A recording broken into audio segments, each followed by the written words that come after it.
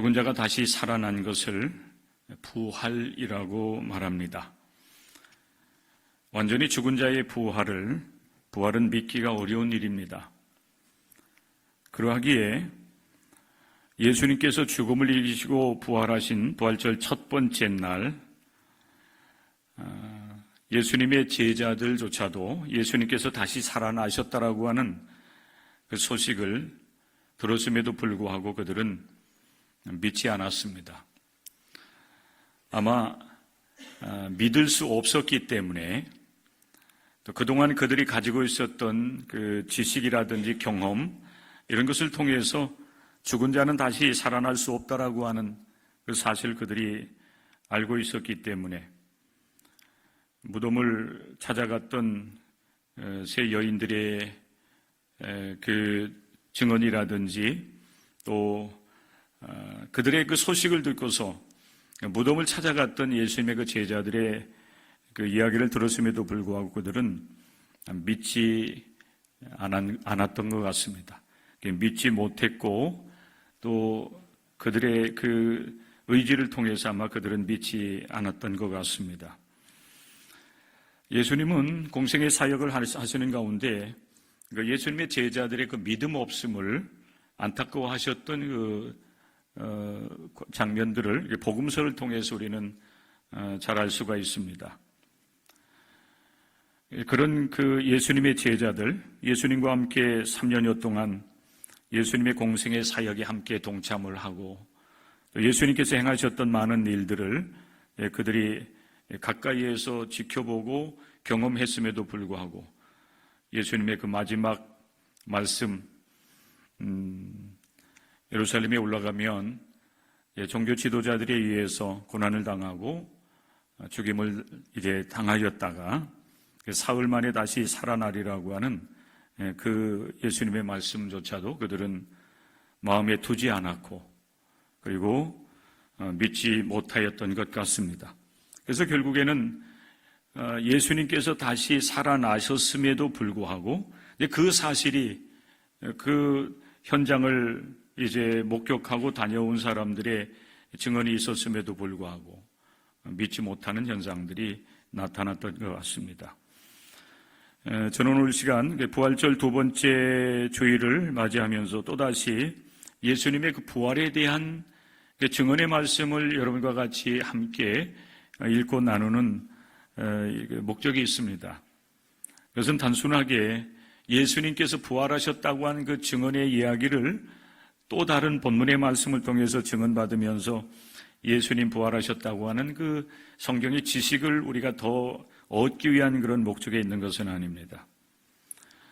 믿음이 없이 행하였던 제자들의 그 모습을 보면서 오늘 이 시대 우리는 기독교인으로서 예수 그리스도의 부활의 이제 증인으로서 실제적인 이제 그 믿음과 그리고 그 삶을 살아가야 되겠다라고 하는 그 목적.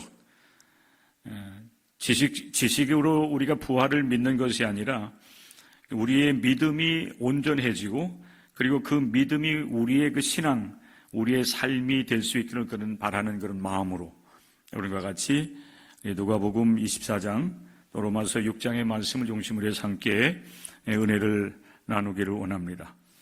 우리는 어떻게 하면은 부활의 신앙을 소유하여 증인으로서의 삶을 살아갈 수 있을까? 이런 질문 앞에 우리가 설 수 있어야 되겠습니다. 먼저 누가복음 24장 말씀해 보면 부활절 첫 번째 부활절이죠. 첫 번째 부활절 이제 느지막한 오후 이야기입니다. 부활절에 예수님께서 부활을 하시고 또 그 무덤을 찾아간 여인들의 이야기 우리가 그동안 이제 마가복음을 통해서 함께 말씀을 나눴습니다. 또 그들의 이제 증언을 들으면서 예수님의 제자들이 무덤을 이제 찾아가는 일들도 복음서에 보면은 정확하게 증언이 되고 있는 것을 볼 수가 있습니다. 그 부활절이 이제 다 지나가는 그 느지막한 오후 시간 두 사람이 예루살렘에서 엠마오라고 하는 그 마을로 내려가고 있었습니다. 이들은 그날에 이루어진 모든 일들을 서로 이야기하면서 또 서로에게 물어보기도 하는 그런 대화를 나누면서 엠마오로 가고 있었습니다. 이 두 사람이 걸어가고 있는 그들 가까이에 한 분이 이제 가까이 다가오게 되는데 그분은 부활하신 예수 그리스도이셨습니다. 예수님께서 그들 가까이에 가셔서 그들과 이제 동행을 하시면서 그들의 대화에 예수님께서 이렇게 아주 지혜롭게 끼어 들어가고 있습니다. 그 두 사람에게 예수님께서 이렇게 묻습니다. 당신들은 무슨 이야기를 그렇게 주고받으면서 가고 있습니까? 이렇게 물어요. 그러자 그 두 사람 중에 한 사람이 오히려 질문하고 있는 예수님께 책망하듯이 이렇게 대답을 합니다. 그들은 그들 가까이 오셔서 동행하시고 말을 거시는 분이 부활하신 주님인 줄을 그들은 알지 못했기 때문에 오히려 책망하듯이 대답을 하고 있는 것입니다. 성경은 이렇게 증언을 하고 있습니다. 그들의 눈이 가리어져서 부활하신 주님인 줄을 알아보지 못하였다라고 말씀을 하고 있어요. 그렇다고 한다면 여러분, 왜 엠마오로 내려가고 있는 그 두 명의 제자들의 눈이 가려져 있을까요? 왜 그들은 부활하신 주님이 그들 곁에 오셨고 동행하시고 또 그들에게 이제 질문을 하면서 대화를 나눠주시고 계신데 왜 두 명의 제자들은 부활하신 주님인 줄을 알아보지 못했을까요? 왜 눈이 가려졌겠느냐라고 하는 사실입니다. 그 이유에 대해서 두 명의 제자 가운데 한 사람인 글로바라고 하는 사람이 예수님께 답변하고 있는 말씀을 보면 그 이유를 알 수가 있습니다. 이게 18절 말씀부터 그 글로바라고 하는 그 제자가 예수님께 답변을 하지요. 당신이 예루살렘에 체류하면서도 요즘 거기에서 된 일을 혼자만 알지 못합니까? 그래서 예수님께 무슨 일이냐, 무슨 일입니까? 이렇게 물으니까 그들이 이제 대화를 나누고 있는 최근에 예루살렘에서 이루어진 그 사실들에 대해서 이 글로바라고 하는 제자가 아주 상세하게 이제 대답을 해주고 있습니다. 나사렛 예수라고 하는 사람 이야기인데 그분은 많은 사람들에게 선지자로 그렇게 인정을 받았고 굉장히 말과 하시는 일에 있어서 능한 자였다라고. 그래서 많은 이스라엘 백성들이 그분에 대해서 선지자로 여겼고 그리고 그분이 이스라엘을 구속할 자라고 하는 여러분 구속이라고 하는 이 속량이라고 하는 이 말이 우리가 생각하는 우리를 모든 죄에서 이제 깨끗이 할 자라고 하는 그런 속량, 구속이라고 하는 말과 아마 이 글로바가 예수님에 대해서 지금 설명할 때의 속량이라고 하는 말과는 조금 차이가 있을 수가 있습니다. 이스라엘 백성들은 하나님께서 약속한 메시아가 나타나서 이스라엘을 로마로부터 이제 해방시켜 줄 것이라고 하는 그런 기대. 아마 이들은 이 구속이라든지 속량이라든지 그 말을 쓸 때 아마 그런 생각을 하고 있었던 것 같습니다. 그분에 대한 기대가 굉장히 컸었는데 허망하게 그 예수님께서 십자가에 못 박혀 죽임을 당했다고 하는, 그래서 우리의 모든 생각과 우리의 기대가 한순간에 물거품이 되었다고 하는 그런 이야기였습니다. 그리고 그분께서 죽임을 당한 지 사흘째가 되었는데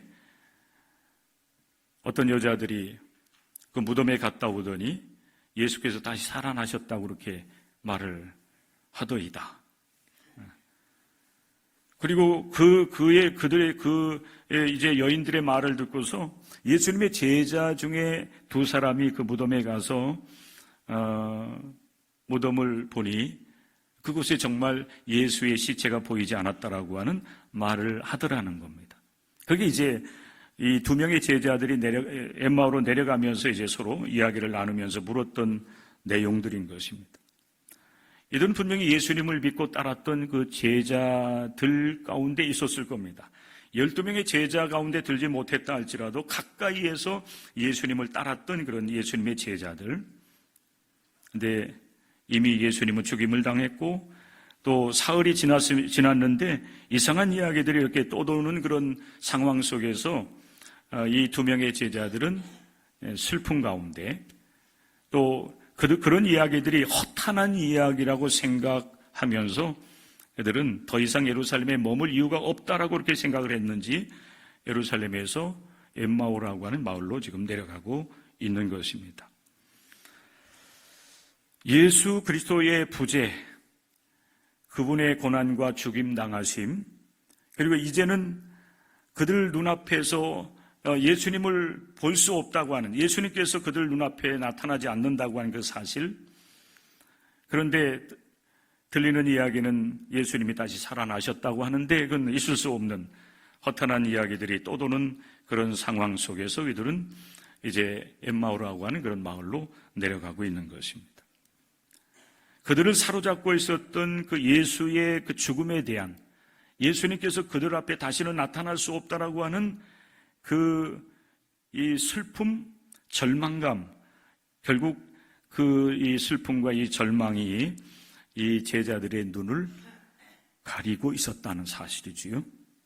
만약에 이들이 예수님의 말씀, 이제 죽임을 당하지만은 그러나 사흘 만에 다시 부활하리라고 하는 그 약속의 말씀, 그들이 믿었다고 한다면은 죽은 지 사흘째 되는 날 그들은 부활하신 주님을 만나기 위해서 무덤으로 여러분 함께 찾아갔을 수도 있습니다. 그런데 예수님의 12 제자뿐만 아니라 이 엠마오로 내려가는 두 명의 제자들도 마찬가지로 예수님의 그 말씀에 대한 믿음이 없었기 때문에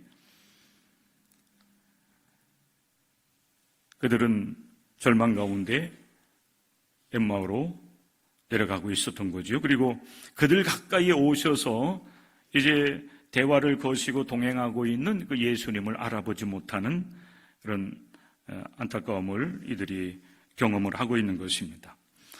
그런데 여러분 놀랍게도 오늘 말씀은 거기에서 끝나지 않아요. 정말 중요한 것은 그 이후의 말씀이 아닌가 이렇게 생각이 됩니다.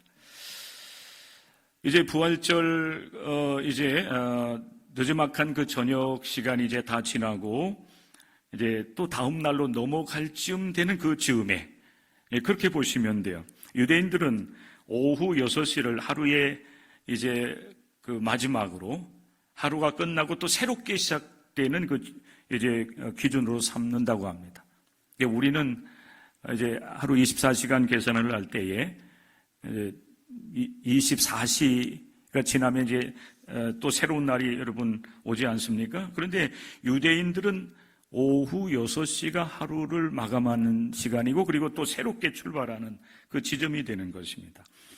이 부활절 첫째 날 이 저녁, 특별히 이제 엠마오로 내려가는 이 두 명의 제자들과 예수님께서 동행하면서 서로 이렇게 대화를 나누시는 그 시간이 바로 그 즈음이었을 겁니다. 오후 6시, 이제 하루가 마무리되고 이제 새롭게 시작되어지는 그 즈음. 이 두 명의 제자들은 그들이 목적한 그 마을 가까이 왔기 때문에 이제 더 이상 앞으로 나아갈 이유는 없었습니다. 그런데 오늘 말씀해 보면은 예수님은 더 가려고 했다는 겁니다. 그렇기 때문에 두 명의 제자들이 비록 그분이 다시 살아나신 예수님이라고 하는 사실을 그들은 알아보진 못했지만은 그들과 그동안 동행하면서 함께했던 그분이 더 가려고 하는, 그 늦은 시간에 더 가려고 하는 모습을 보면서 강권하여서 그들과 함께 예수님을 여관으로 모시고 그리고 함께 머물게 됩니다. 강권하여 우리와 함께 머물자 이렇게 요청하고 있는 모습을 볼 수가 있지요. 그래서 이 두 명의 제자들과 부활하신 우리 주님께서 이제 저녁 시간이 늦은 시간이 되었기 때문에 이제 여관에 들어가서 함께 이제 음식을 잡수시는 그런 모습을 우리가 볼 수가 있어요. 상상해 볼 수가 있습니다. 예수님께서 그들과 함께 음식을 잡수실 때에 떡을 가지사 축사하셨다고 그랬습니다. 하나님을 향해서 감사하시고 그 떡을 떼어서 제자들에게 주시지요.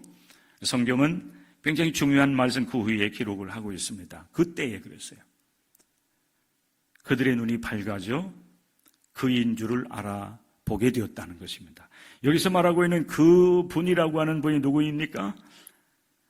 그들과 함께 동행하시면서 대화를 나눠주셨던 부활하신 예수님이었습니다. 오랜 시간 동안 함께 동행하면서 대화를 나눌 때에 부활하신 주님인 줄을 알아보지 못했던 그 두 명의 제자들, 예수님께서 그들을 위하여 떡을 떼어주실 때에 비로소 그들은 부활하신 주님인 줄을 확실하게 알아보게 되셨다라고 하는 사실입니다. 우리 주님은 죽음을 이기시고 다시 부활하셨다고 하는 사실입니다. 그 사실을 부활절 이제 하루가 다 마무리되는 그 즈음에 엠마오로 내려가던 제자들은 예수님을 이렇게 새롭게 경험을 하게 되는 것입니다. 근데 정말 더 중요한 것은 여기부터입니다. 오늘의 설교는 여기부터 시작되고 있어요. 그러면 여러분, 예수님께서 죽음을 이기시고 다시 부활하셨다고 하는 사실을 경험적으로 알게 되었던 이 두 명의 제자들은 그 이후 어떤 여러분 판단하고 어떤 행동을 했을까요? 사실 이들의 목적지까지 다 왔기 때문에 예수님께서 그들에게 당신 자신을 나타내 보이시고 다른 어떤 곳으로 여러분 떠나가셨을 때 이 두 명의 제자들은 이제 자기들의 목적지에 왔기 때문에 그곳에 머물러 있으면 되는데 여러분 그렇지 아니했습니다. 그들은 곧 일어납니다. 일어나서 어디론가 가죠. 이들도 어디론가 갑니다. 그런데 여러분 정말 중요한 사실은 바로 이 사실이에요. 오늘날 우리 여러분 기독교인들이 예수 그리스도의 십자가의 고난과 죽음 그리고 그분께서 다시 사흘 만에 부활하셨다고 하는 예수님의 생애, 예수님께서 우리를 위해서 구속사역을 이룬 그 사실에 대한 지식이 없는 사람들은 사실 이곳에 아무도 없을 겁니다. 오늘은 특별히 여러분 더 이 믿음을 가지고 있는 여러분들이 오늘 이 예배의 자리에 참여하신 줄로 그렇게 믿습니다. 정말 중요한 것은 지식으로 예수께서 우리의 구세주로 오셨다고 하는 사실, 그분께서 이루신 십자가의 사건을 내가 지식으로 아는 것이 아니라 그것이 나의 진정한 믿음 신앙이 되고 그 신앙이 우리의 모든 삶을 이끌어 나아가는 능력이 될 수 있어야 돼요.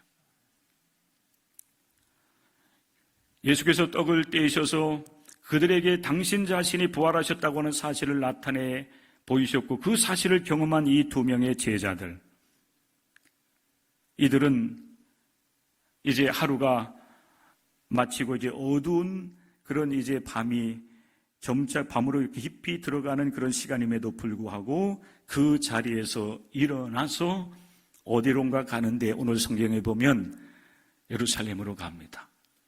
이게 여러분 예수님의 그 제자들이 있어야 될 본래의 자리였어요. 아무리 들려오는 이야기들이 그들의 마음을 아프게 하고 혼란스럽게 했다 할지라도 사실 예수님의 부름받고 예수님의 제자된 사람들은 예루살렘에 머물러 있어야만 되었습니다. 12명의 제자들, 물론 이제 가룟 유다는 아웃이 되었지만은 11명의 제자들은 예루살렘에 남아 있었어요. 그런데 여러분 이 두 제자들은 예수님께서 다시 살아나셨다고 하는 이야기를 듣고 제자들의 이야기를 들으면서 혼란스러웠어요. 그분에 대한 그 굉장한 기대를 가지고 그분께서 이스라엘을 구속하리라고 하는 믿음을 가지고 있었지만은 허망하게 십자가에 달려 죽임을 당하시고 또 죽은 지 사흘이 되었는데도 불구하고 이상한 이야기들이 들릴 때에 너무나도 혼란스럽고 절망스러웠기 때문에 사실은 엠마오로 이들이 내려가고 있었을 것입니다. 그런데 부활하신 주님을 만나면서 다시 그 밤에 그들이 목적한 곳에 이미 도착했음에도 불구하고 다시 여러분 일어나서 본래의 자리로 돌아갑니다. 그곳에 있어야만 되었기 때문에 그래요. 여러분, 우리 예수 그리스도를 믿는 우리 기독교인들이 있어야 할 자리가 분명히 있는 것입니다. 낙심하여 슬퍼하면서 여러분 나락으로 떨어지는 그런 삶이 아닌 우리 기독교인들은 예수 그리스도의 부활을 믿는 신앙을 가지고 우리에게 주어진 이 소중한 삶을 일어나서 걸어갈 수 있어야 돼요. 그들이 갔던 예루살렘은 사명의 자리였습니다. 이들이 거슬러 여러분 다시 올라가요. 예루살렘을 향해 올라가는 것입니다. 어두운 밤에 짧은 거리가 아니었어요. 성경에 보면 25리라고 했습니다. 그 밤에 여러분 10km를 또다시 걸어서 간다고 하는 것은 여러분 쉬운 결단이 아니었을 겁니다. 그럼에도 불구하고 이들이 다시 예루살렘으로 갈 수 있었던 것은 부활하신 주님을 그들이 경험을 했기 때문에 사명의 자리로 다시 올라갑니다. 갔더니 여러분 예수님의 11 제자와 그리고 그들과 함께한 자들이 모여서 서로 이야기를 나누고 있는데 부활하신 주님께서 시몬 베드로를 만나 주셨다는 이야기를 서로 나누고 있었어요. 그들은 사명의 자리로 돌아갔을 뿐만 아니라 부활을 증언하는 자리로 되돌아간 것입니다. 그 자리가 여러분 제자들이 있어야 될 자리예요. 그 자리가 오늘 이 시대에 예수 그리스도를 구주로 믿고 믿음으로 살아가는 우리 기독교인들이 있어야 할 자리라고 하는 사실인 겁니다. 그들도 길에서 된 일을 서로 이야기를 나눕니다. 우리는 알지 못했지만은 우리가 예루살렘에서 엠마오까지 내려가는 그 긴 시간 동안 우리 부활하신 우리 주님께서 우리와 동행하시며 우리에게 대화를 나눠주셨고 우리가 믿음 없는 것을 안타까워하시면서 선지자의 말을 통해서 이제 그리스도가 고난을 받고 죽임을 당한 후에 다시 살아나리라고 그렇게 말씀하셨던 것을 이제 말씀을 통해서 깨우쳐 주실 때에 우리 마음이 뜨거웠고 그리고 그분께서 우리에게 떡을 떼어주실 때에 그분이 부활하신 주님이었다고 하는 사실을 우리가 분명하게 알아보게 되었노라고 예수 그리스도의 부활을 경험한 그 사실을 증언하고 있는 모습을 우리가 누가복음 23장 34절 35절 마지막 부분을 통해서 우리가 다시 확인을 할 수가 있습니다. 사랑하는 성도 여러분, 부활을 경험한 성도들이 있어야 될 자리, 그 자리가 분명히 있습니다. 그 자리는 사명의 자리이고 또 그리고 부활을 증언하는 이제 증인으로서의 삶으로 우리가 여러분 뒤에 돌아가야 된다고 하는 사실을 우리에게 말씀을 하고 있는 것입니다. 사랑하는 성도 여러분,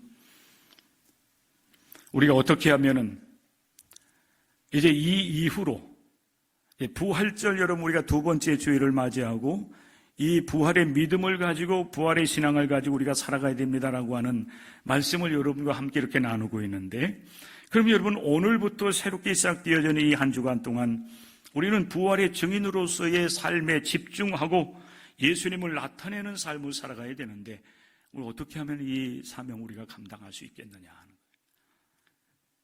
거예요. 오늘 우리에게 주어진 이제 과제이기도 합니다. 우린 여러분 예수 그리스도의 부활을 믿는 사람들입니다. 이미 우리가 이 믿음을 가지고 지금까지 살아왔고 또 이제 2026년 부활절을 맞이하고 또 계속해서 이제 우리에게 주어진 삶을 살아가면서 우리 하나님께서는 이제 너는 부활의 증인이 되었으니 그 증인의 삶을 살아가야 된다라고 말씀을 하고 계시는 거예요. 어떻게 하면 이 사명 감당할 수 있겠는가? 여러분, 우리는 내가 어떤 의지를 가지고 하나님을 찾아 만난 사람들이 아닙니다. 하나님의 은혜 속에서 하나님 만났어요. 우리가 부활의 신앙을 갖게 되고 부활의 새 생명을 얻게 되는 것도 마찬가지입니다. 내가 부활의 주님을 찾아 만나는 것이 아닙니다.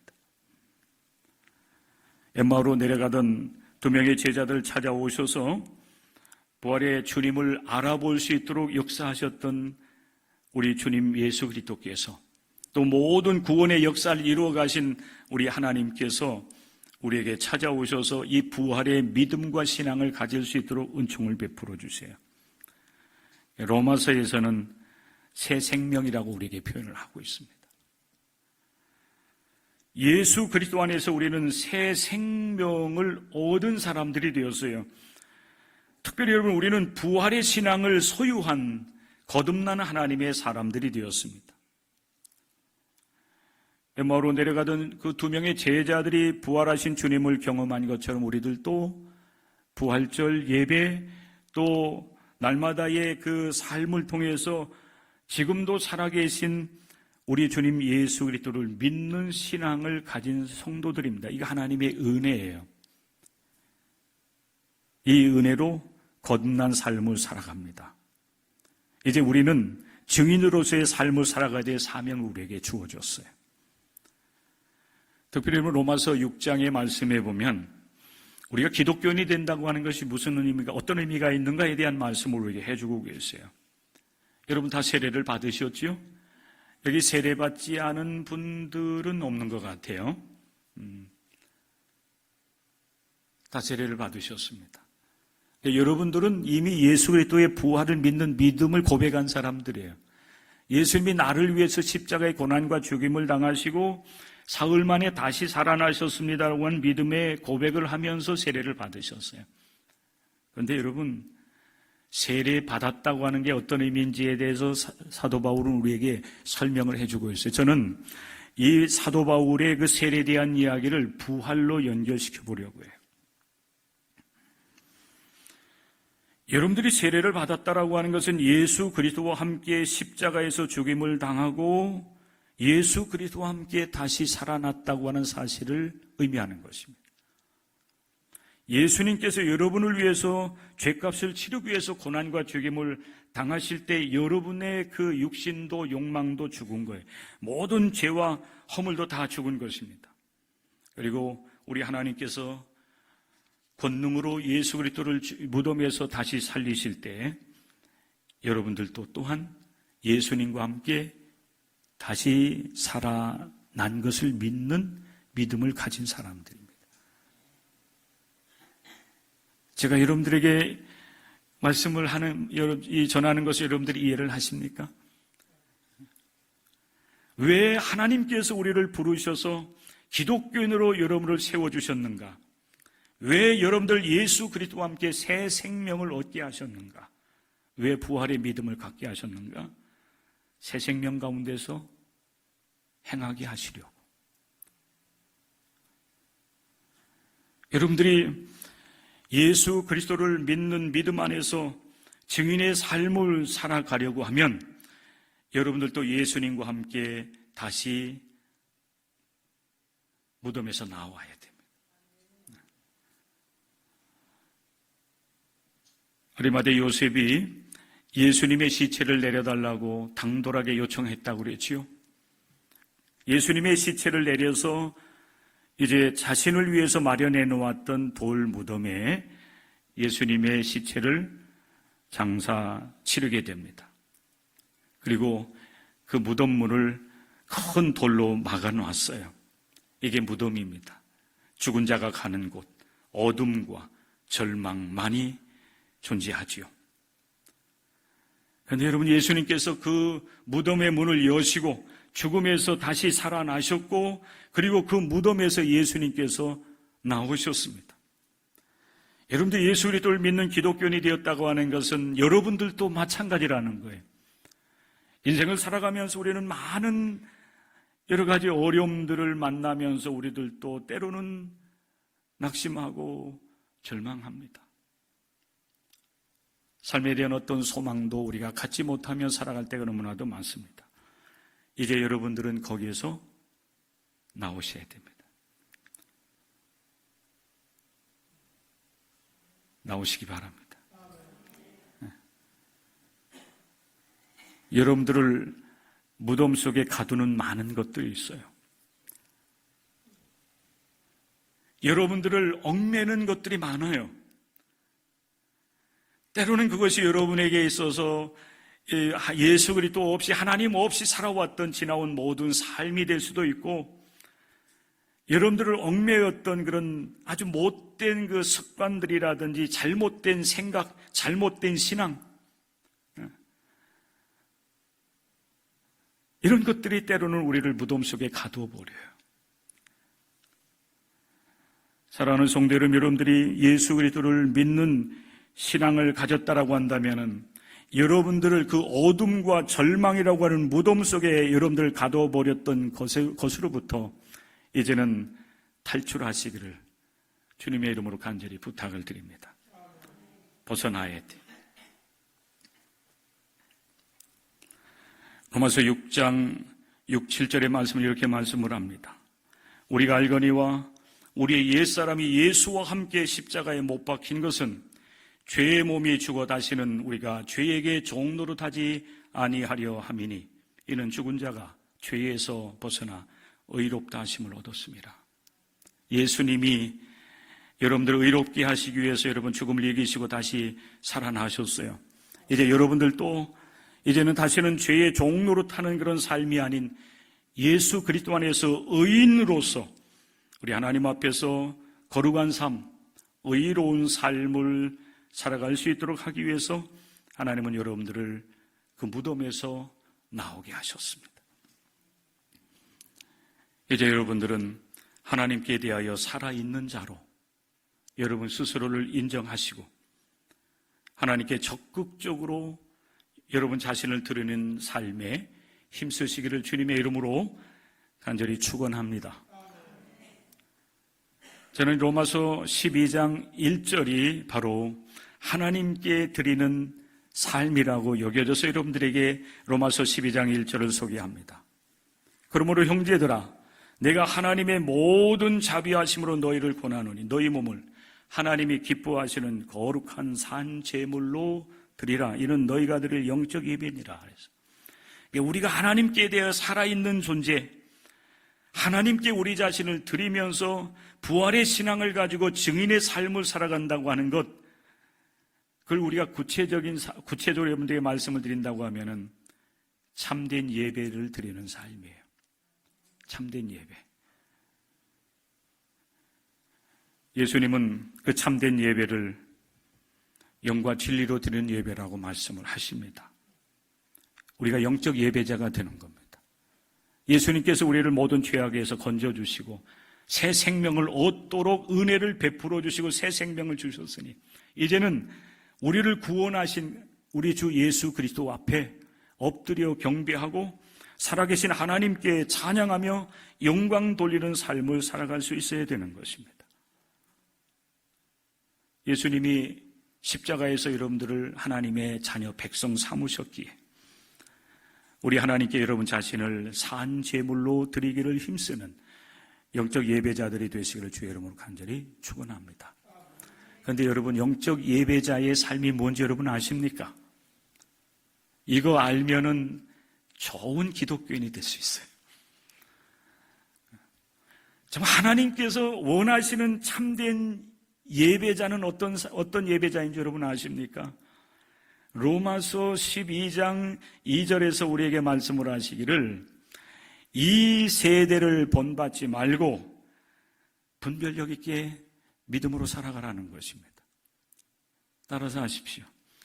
이 세상에서 분별력 있게 살아갑시다.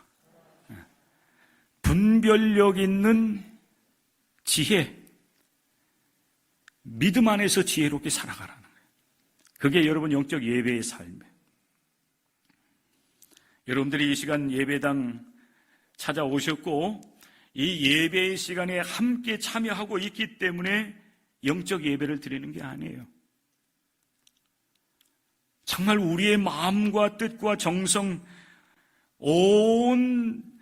여러분 우리의 모든 것을 통해서 하나님께 우리 자신을 드리며 하나님을 기쁘게 하는 것이 예배의 삶인데 이곳 예배당에 참여했고 이 시간 1시간 드린다고 해서 여러분 예배자가 되는 게 아니에요.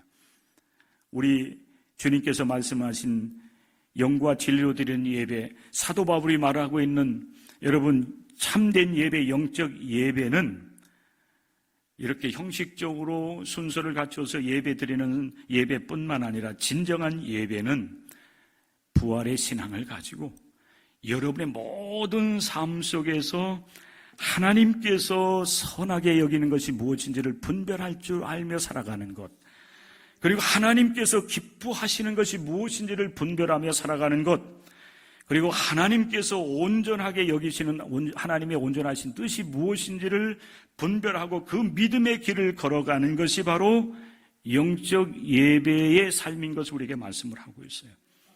그래서 예배는 이 예배를 포함해서 이제 진정한 예배가 또 이제 오늘 여러분 예배 마치고 이제 돌아가는 그 시간부터 예배가 진행되는 거예요.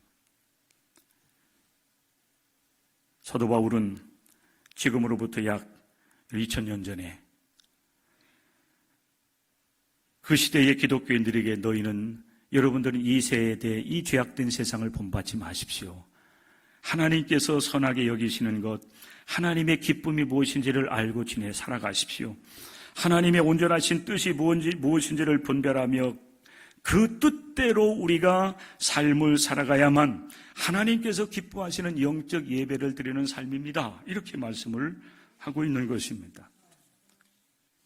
분별력 있는 지혜로운 믿음의 사람들이 될 수 있기를 여러분 간절히 소망하시기를 바랍니다.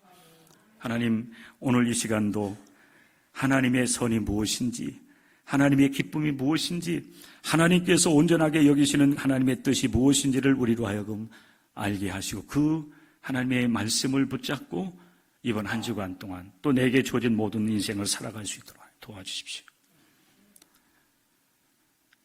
그 믿음과 지혜가 부족하면 후회 주시고 꾸짖지 아니하신 하나님께 그 믿음과 지혜를 구하는 여러분들이 될 수 있기를 주의 이름으로 간절히 부탁을 드립니다. 이제 여러분 또 한 주간 우리가 출발해 나아갑니다. 우리는 예수 그리스도의 부활을 경험한 증인들입니다. 엠마오로 내려가던 그 제자들이 부활의 주님을 만난 이후로 다시 여러분 자기 본래의 자리로 기독교인이 있어야 될 자리, 또 기독교인들이 여러분 이제 사명을 감당해야 될 그 자리, 특별히 부활의 증인으로서의 삶을 살아가기 위해서 다시 예루살렘으로 올라갔던 것처럼 여러분들도 이 시간 주님의 부활을 믿고 고백하면서 정말 하나님께서 기뻐하시는 그 자리로 여러분 돌아가시고 그 자리에 우뚝 서서 한 주간 동안 여러분들에게 주어진 삶을 믿음으로 살아 승리할 수 있기를 바랍니다. 부활하신 주님께서 낙심한 가운데 절망 가운데에 내려가던 그 제자들 가까이에 다가오셔서 그들 사이에 이제 함께 동행하시고 대화를 나눠주시고 그들에게 깨우침과 은혜를 더하여 주셨던 것처럼 부활의 신앙을 가지고 한 주간을 믿음으로 출발해 나가는 여러분들 가운데 우리 하나님께서 함께 하셔서 여러분의 길도 그렇게 인도하셔서 하나님의 선하심, 하나님의 기뻐하심, 하나님의 온전하신 뜻을 알게 하시고 그 길을 선택하여 하나님 앞에 예배자로 삶을 살아갈 수 있도록 은혜를 더하시고 여러분을 통해서 예수님이 이 세상에 드러나고 나타나는 증인의 삶을 살아갈 수 있도록 여러분들을 이끌어 주실 것입니다. 그 사명을 충성되게 감당하는 저와 여러분이 될 수 있기를 주의 이름으로 간절히